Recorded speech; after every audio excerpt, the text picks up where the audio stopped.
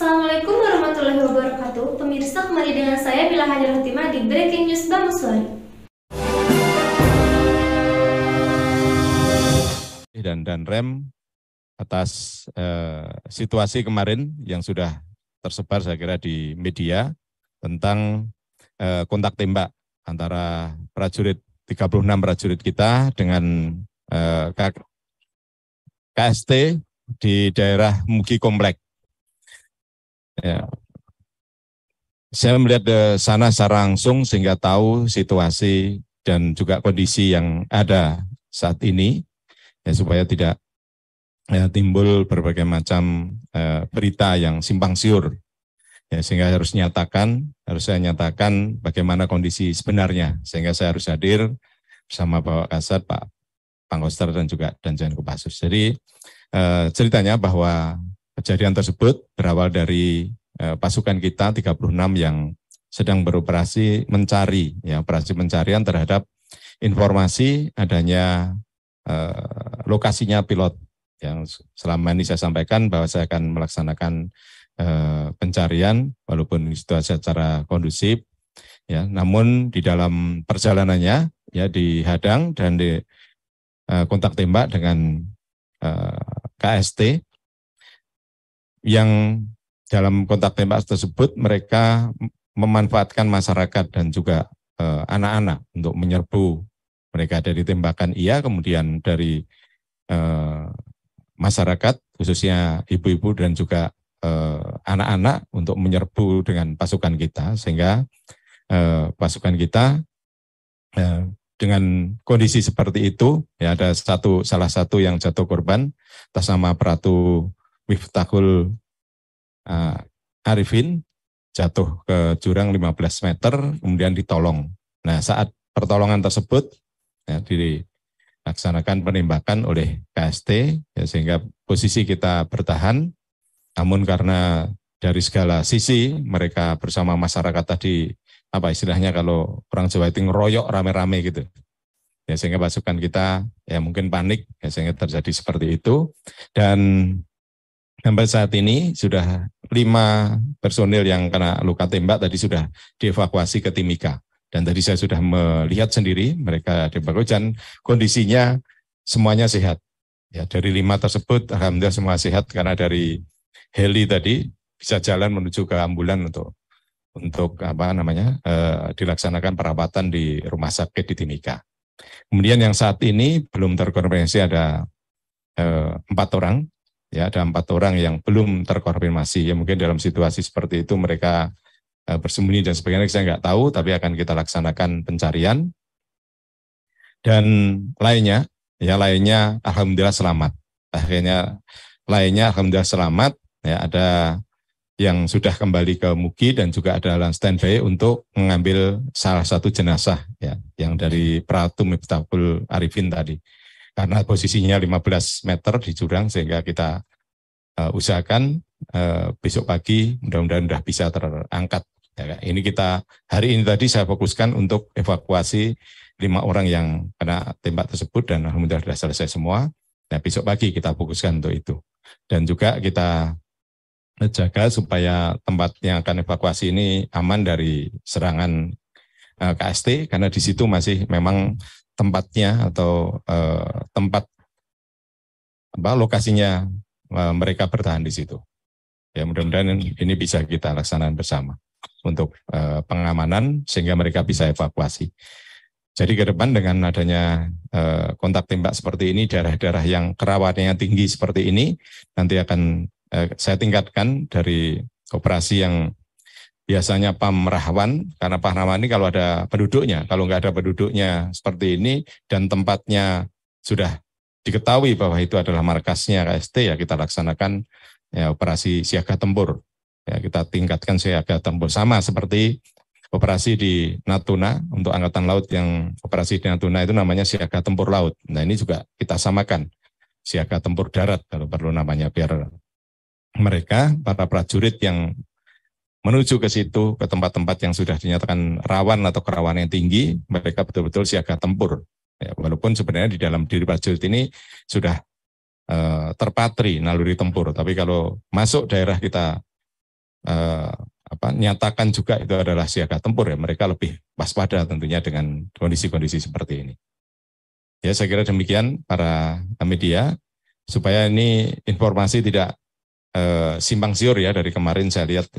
Kemudian ada pernyataan dari perwakilan KST yang sering muncul di YouTube, itu adalah hoax semua, yaitu hoax semuanya. Yang sering memang mereka selalu munculkan berita-berita yang seperti itu. Ya.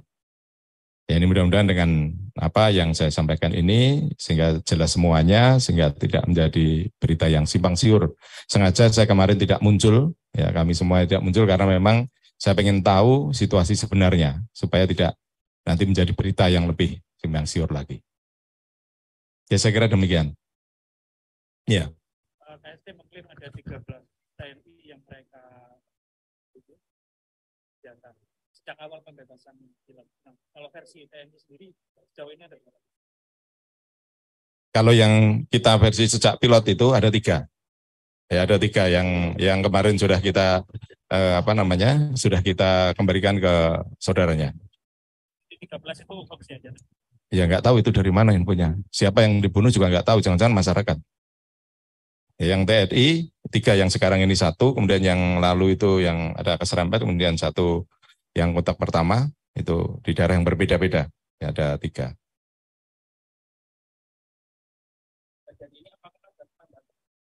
Tidak ada. Jadi penambahan personil itu bukan penambahan yang kemarin kita kirim, itu adalah pasukan-pasukan untuk rotasi. Ya, rotasi pasukan yang baru, yang sudah lama bertugas di sana. Seperti yang sekarang ini kontak tembak ini sudah hampir setahun mereka bertugas. Ya, kurang 3 bulan lagi mereka akan selesai bertugas, akan kita ganti baru. Dan mungkin dengan kondisi seperti ini nanti kita rotasi lebih awal, sehingga psikologisnya mereka dapat terjaga.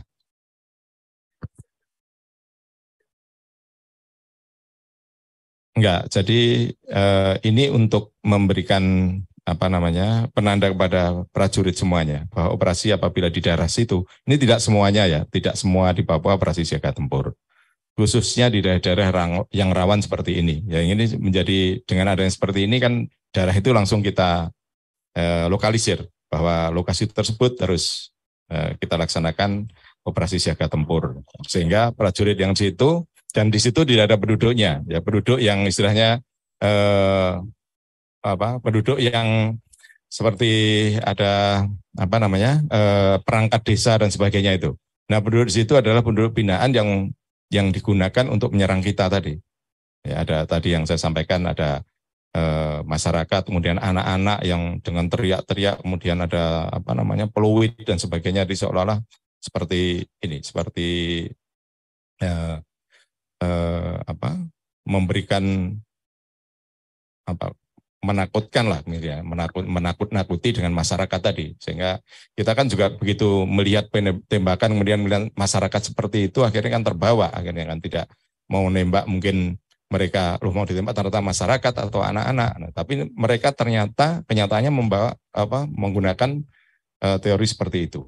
Ya, tadi kenapa saya sampaikan ini, karena tadi 2 orang yang selamat tadi saya perintahkan datang ke Timika, saya tanya gimana sih posisimu kemarin ini kok bisa sampai seperti itu. Mereka menceritakan bahwa kami dikepung dengan masyarakat dan anak-anak dengan teriak-teriak, kemudian yang dari 3 sisi melaksanakan tembakan. Jadi, ya, itu yang mereka menjadi mungkin menjadi kalau orang bingung ya, di atas itu antara harus menembak senjata atau karena yang dihadapi ini masyarakat seperti ngeroyok gitu.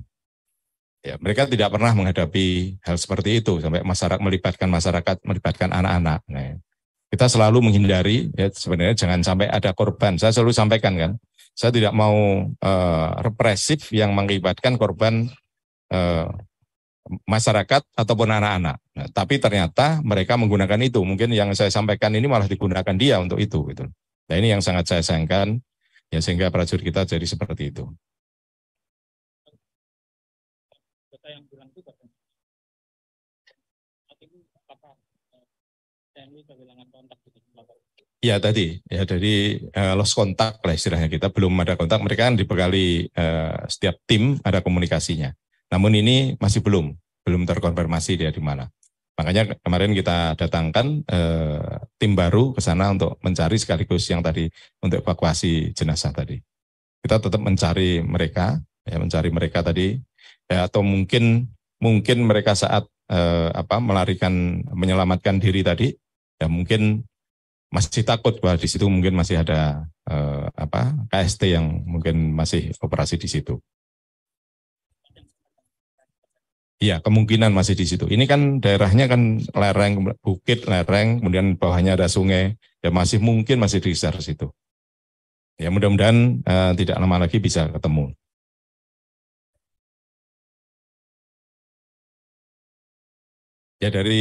Ya kita nggak tahu daerah situ siapa pemimpinnya, tapi kan pada masyarakat pada tingkat Panglima Eka ya. Kemungkinan kalau di situ memang markasnya itu Egyanus Kogoya. Ya, ternyata di situ memang ya daerah Mugi Komplek, daerah Duga itu di Kabupaten Duga.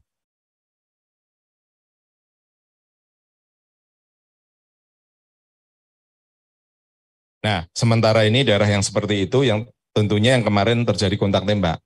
Ya, kontak tembak kemarin kan di mana? Ini saya kira ini nggak perlu tak sampaikan seperti itu. Ya, yang tentunya yang sekarang ini Komplek Mugi ini yang jelas sudah seperti itu. Ya, nanti akan kita petakan lagi. Kita petakan lagi daerah mana saja. Makanya saya tadi sekaligus dengan Pak Kasat memimpin evaluasi untuk operasi yang sudah kita gelar ini dengan adanya kejadian-kejadian seperti ini.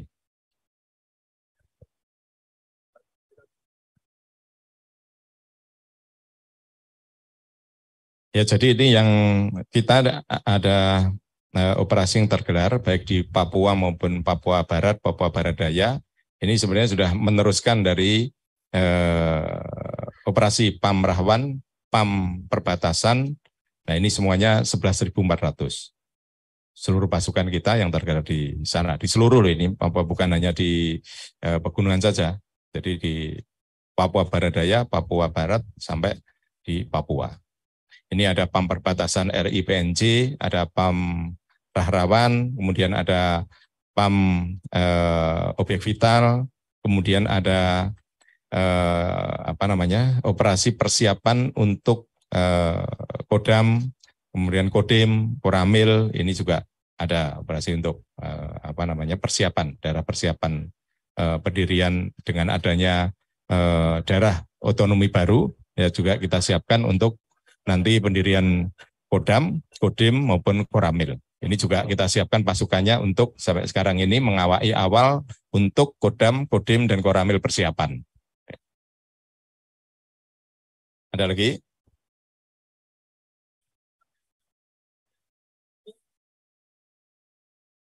Kenapa? Ya satuan yang tergelar di sana, ya satuan yang tergelar di sana. Yang kemarin, nah itu loh, yang ini kan ada pasukan dari mana-mana ini. Kemarin yang saya berangkatkan itu aja ada yang dari Medan, kemudian ada Palembang, kemudian ada dari Kalimantan Tengah, kemudian ada yang dari Makassar, ada yang Surabaya. Nah ini dari semua pasukan nanti kita petakan. Tadi siaga tempur itu metakan saja, mana daerah mana yang harus kita siaga, ya, operasinya pada siaga tempur.